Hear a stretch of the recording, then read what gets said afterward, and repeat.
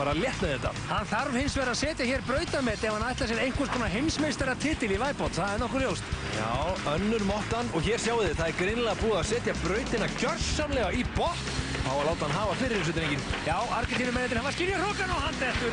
Sjáu þið kappan. Gilsinleikar. Var þetta ekki bara létt? Nei, það er ekki létt. Í fyrst skipti sem ég var komið upp á þessu rauða. Það var bara ekki sjens að ná því, því hvað hraða þetta var í. Það var ekki fræðilegur. Ég vildi ekki mynda ná þessi fyrsta á hreinu. Á ég hringja á vælubílið? Þegið. Næsti keppandi, hann er yfirlýsingaglaðasti núlifandi Íslendingurinn og heitir Egill Einarsson, en er yfirleitt kallaður eitthvað allt annað. Egill, þú ert búinn að vera með svakalegar yfirlýsingar. Er ekki rosaleg pressa þér? Já, ég þrífst á pressu og bjóð þetta svolítið til þegar ég vinn best undir pressu. En þetta er nú kannski ekki pressa að vinna sko hópinn sem ég er í. Þetta er meira svona pressa bara á að vera besti væbótkeppandinn í sögunni. Það er að slá heimsmet? Já, það er stefnan. Ég vil bara, verði bara til YouTube-fæll með mér. Það stendur bara best væbót contestant ever. Það er markmiðið.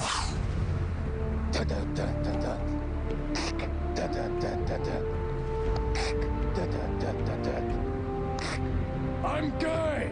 Is that a problem?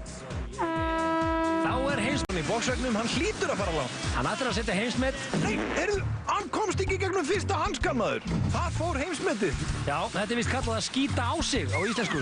Já, ekki nema heimsmetið sé kallað styrsta vegalengd í bokshönskum. Nei, og svo sest hann bara á bakkan.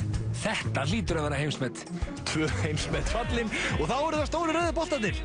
Það gerir Egill.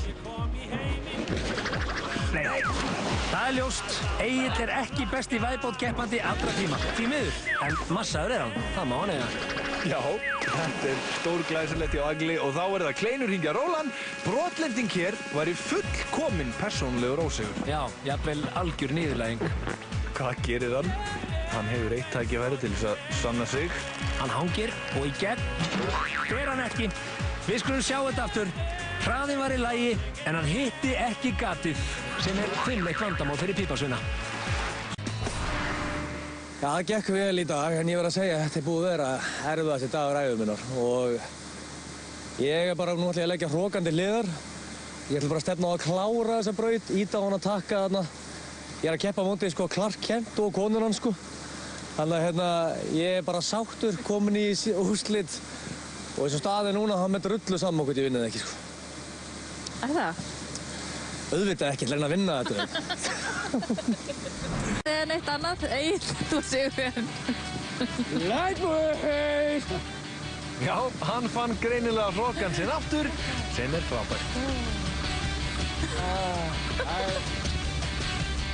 Egill stóð við stóru orðin og hafði sigur hér í kvöld. Til hamingju með það. Hann fer að sjálfsögðu vegleg velun, utanlandsferð hvert á land sem er með Iceland Express og ársbyrðir af Honey Not Serious. Já, og það er ekki fyrir hvert sem er að sigra Superman-hjónin sem að stóðu sér líka frábærlega þrátt fyrir að eyða aðeins svo miklum tími að detta og kissast og knúsast. En svona er væbót, það detta allir. Spurningin er bara, hve oft?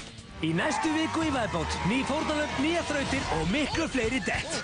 Og hver vill vissa þessu? Já, eða þessu. Eða þessu. Að ég tali nú ekki þetta. Væbót er algjörlega ómissandi þáttur fyrir þá sem hafa gaman að því að sjá aðra detta í drullupoll. Já, þá er þessu lokið hér hjá okkur í kvöld og við viljum þakka keppendum alveg sérstaklega fyrir að skrá sig í þessa vitleysu og skemmta okkur hinnum konunglega. Já, við viljum líka þakka argentíska gengjunni sem gerir allt sem í þeirra valdi stendur til þess að keppendur detti nú örugglega í brautinni. Svo viljum við þakka forsetanum fyrir að beita ekki neitunarvaldi á hana þátt. Og að sjálfsögðu viljum við þakka Rikku.